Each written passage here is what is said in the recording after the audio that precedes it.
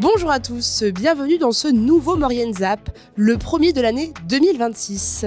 Ravi de vous retrouver après ces périodes de fête. Et tout de suite, le sommaire de cette nouvelle émission.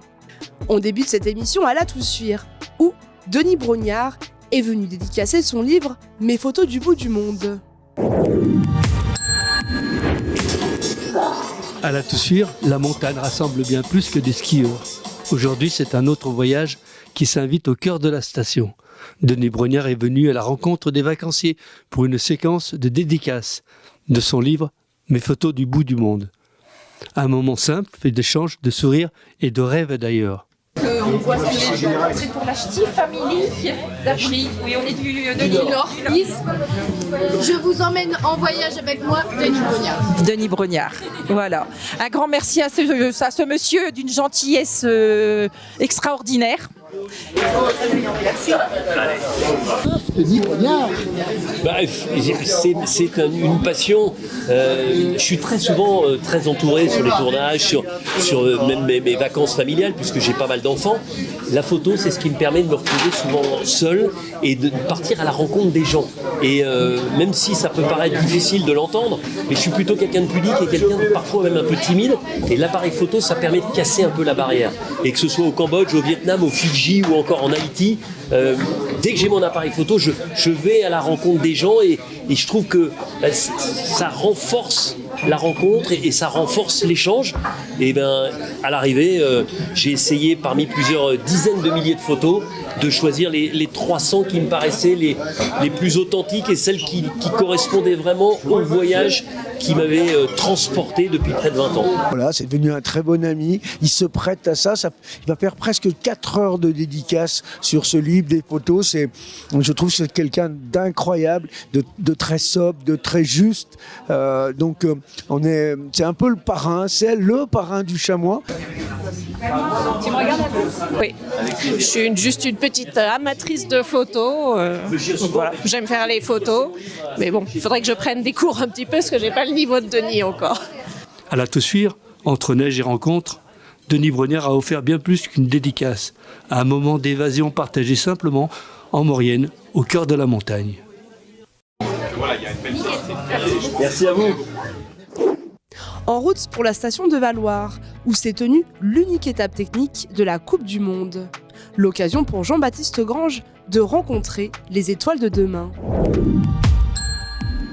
Cette année, la station de Valloire renoue avec le très haut niveau en accueillant la Coupe d'Europe FIS, la seule étape française technique de la saison. On accueille et on organise cette étape de Coupe d'Europe qui est la seule étape de Coupe d'Europe masculine en France cette année. Et donc 2 géants au programme, une première journée aujourd'hui et une deuxième journée demain. Donc voilà, on est bien en place. On a fait un gros travail grâce aux équipes de coach et à l'ensemble de nos partenaires stations pour préparer la piste, pour préparer Valloire à accueillir cet événement et on se réjouit. L'idée, c'est de perdurer la tradition. Valloire, c'est un territoire de champions. On a la chance d'avoir un double champion du monde ici, d'avoir des jeunes coureurs qui suivent la trace. On a même un Valloirin au départ aujourd'hui. Et puis, c'est un territoire aussi de compétition, puisque Valloire a une tradition d'organiser ce type d'événement.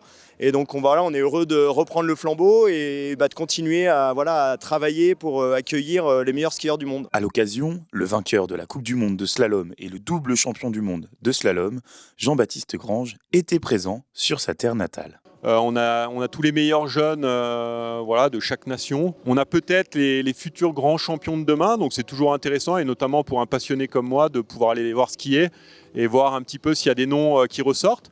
C'est quand même un défi d'organiser une Coupe d'Europe. Ça demande à pas mal de partenaires locaux déjà d'aider et de mettre la main à la pâte pour que tout se passe bien. Et puis ça demande aussi d'avoir un peu des partenaires extérieurs. Donc c'est quand même une piste qui est exigeante, qui est une des plus belles pistes qu'on peut avoir dans le monde en géant.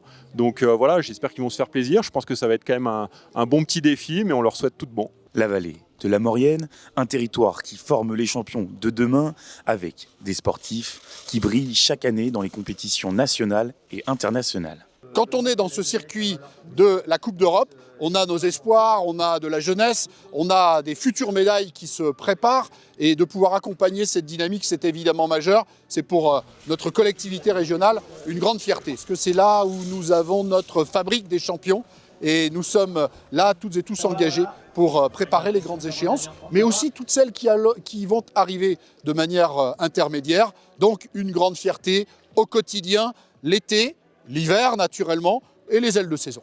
C'est le Britannique Frédéric Carrick-Smith qui s'est imposé à Valloire à la surprise générale. Du côté français, Loevan Parent finit 8e et Auguste Aulnet termine 16e de ce premier géant de Coupe d'Europe.